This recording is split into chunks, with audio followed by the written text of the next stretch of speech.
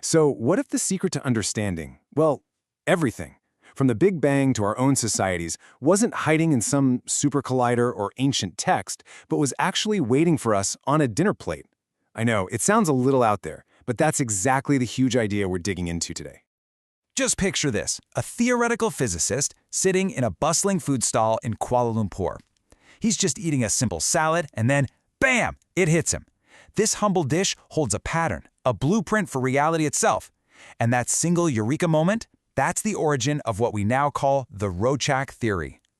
I mean, it sounds a little crazy, right? Can a salad explain the universe? But the theory argues that the principles behind this one dish give us a powerful new way to see the world. So you're going to want to stick with me on this, because the answer might just be as surprising and honestly a delicious yes. Okay, so to really get our heads around this huge theory, we first have to understand the dish that started it all. So what exactly is Rojak? Well, Rojak is kind of a beautiful mess. It's this vibrant mix of totally contrasting textures and tastes. You've got sweet pineapple, crisp cucumber, savory tofu, and it's all brought together by this rich, spicy peanut sauce.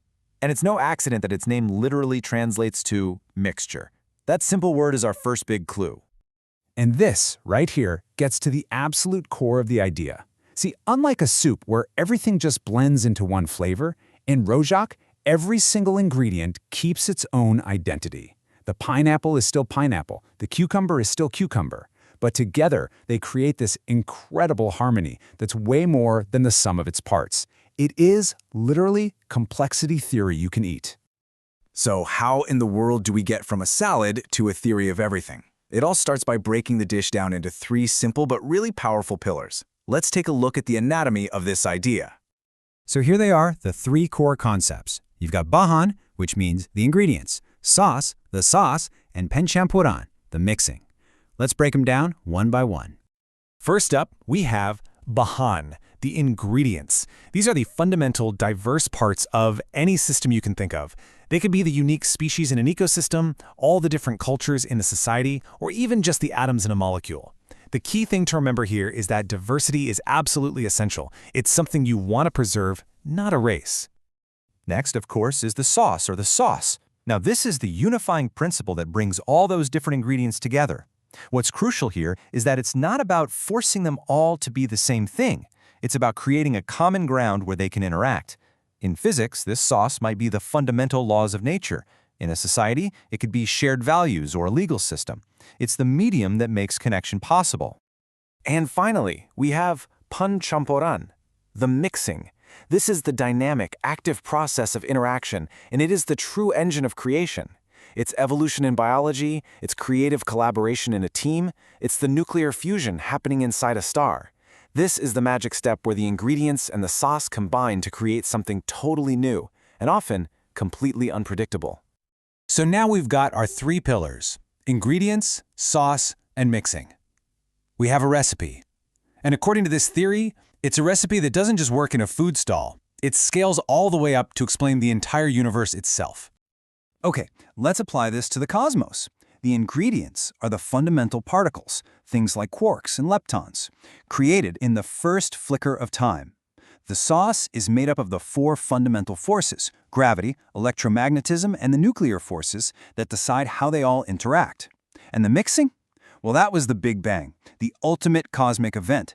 And it's a process that's still going on today inside stars, which are basically giant celestial kitchens. You know, the theory works for life too. In this case, the ingredients are DNA, cells, and the millions of unique species on our planet. The sauce is that elegant principle of natural selection and the laws of genetics. And the mixing has been that slow, patient, incredible process of evolution over billions of years. In fact, you could say even our own cells are kind of Rojak, a community of once independent parts that came together to create something brand new. And this brings it all the way back home to human society. Our ingredients are all the wonderfully diverse cultures and unique individuals that make up our world. The sauce is our shared laws and institutions, which are designed to help different views interact in a constructive way. And the mixing?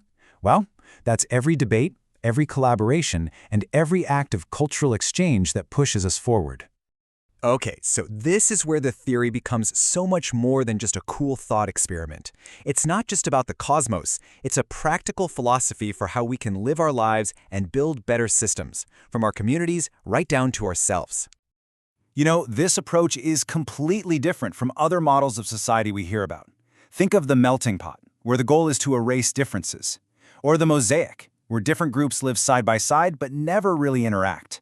The Rojak model offers a third way. It argues that true strength comes from preserving that individuality while encouraging rich, creative interaction between everyone.